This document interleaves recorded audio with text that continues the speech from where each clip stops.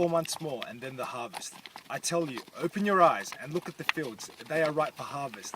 This is Adelaide. Let the harvest begin. What? You not say 4 months more and then the harvest. I tell you, open your eyes and look at the fields. They are ripe for harvest. This is Melbourne. Let the harvest begin.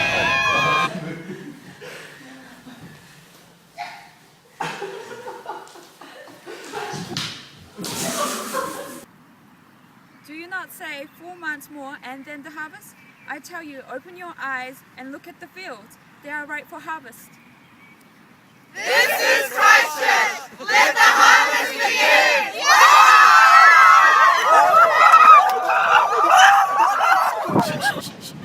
Do You not say 4 months More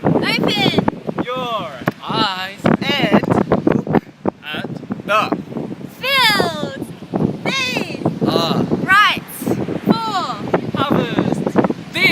This is the harvest begin. Do you not say 4 months more and then the harvest? I tell you, open your eyes and look at the fields. They are ripe for the harvest. This is Hobart. Let the harvest begin! Do you not say 4 months more than the harvest? I tell you, open your eyes and look at the fields. They are ripe for harvest. This is Melbourne. Let the harvest begin!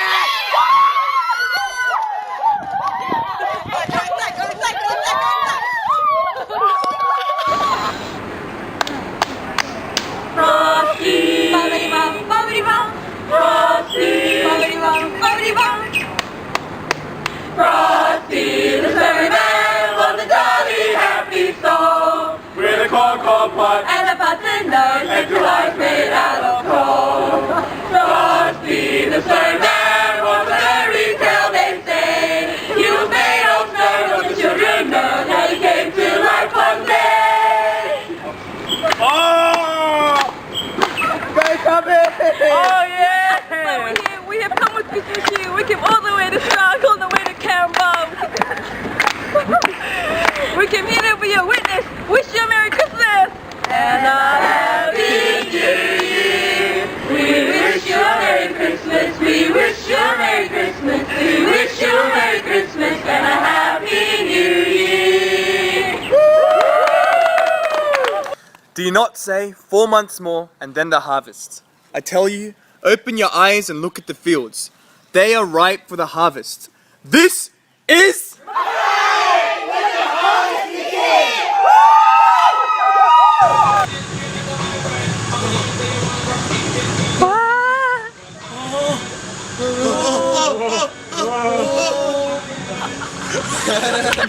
Do you not say 4 months more and then the harvest?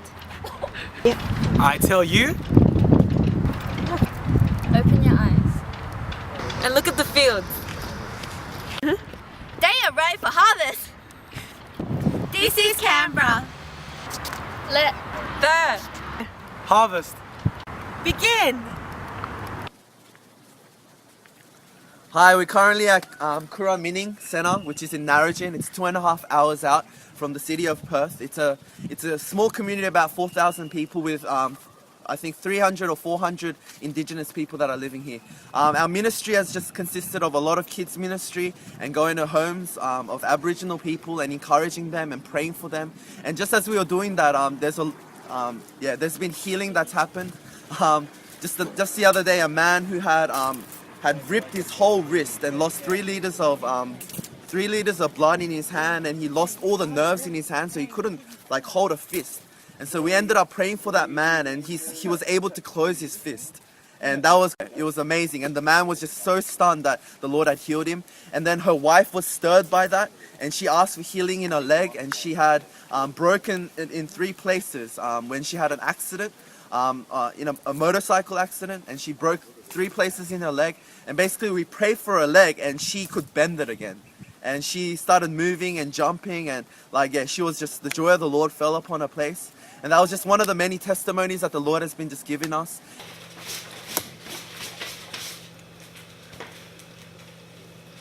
Hello, One Church.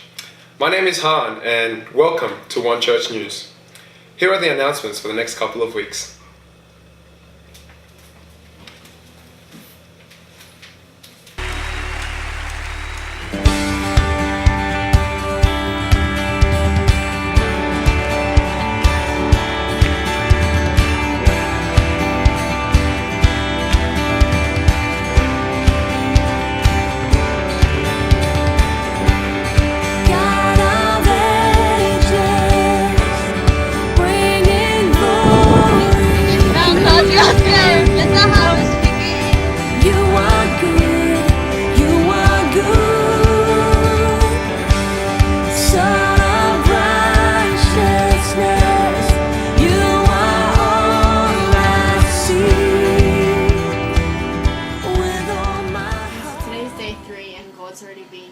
encountering us like crazy.